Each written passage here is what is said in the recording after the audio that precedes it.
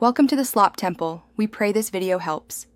You start right now by confirming your iPhone model and iOS version so you know which battery firmware applies.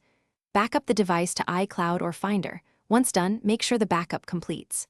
Charge to over 20% or plug in a light. This prevents shutdown during diagnostics.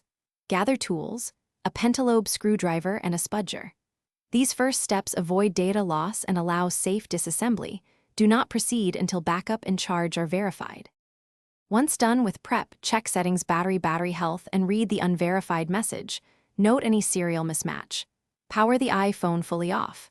Remove the display gently, work slowly to avoid tearing flex cables, and disconnect the battery connector. Document connector positions with clear photos. This helps if connectors look similar. Install a genuine or correctly matched replacement battery, seat it fully, reconnect the battery and display. Then torque. After reassembly, boot the iPhone and check battery health.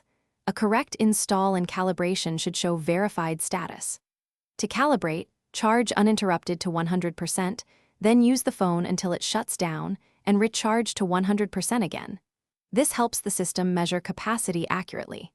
If the unverified label persists, power down and recheck connectors and seating. Once connectors are confirmed, consider reflash options if you have tools, or take it to Apple-authorized service. This single troubleshooting step resolves most recognition errors.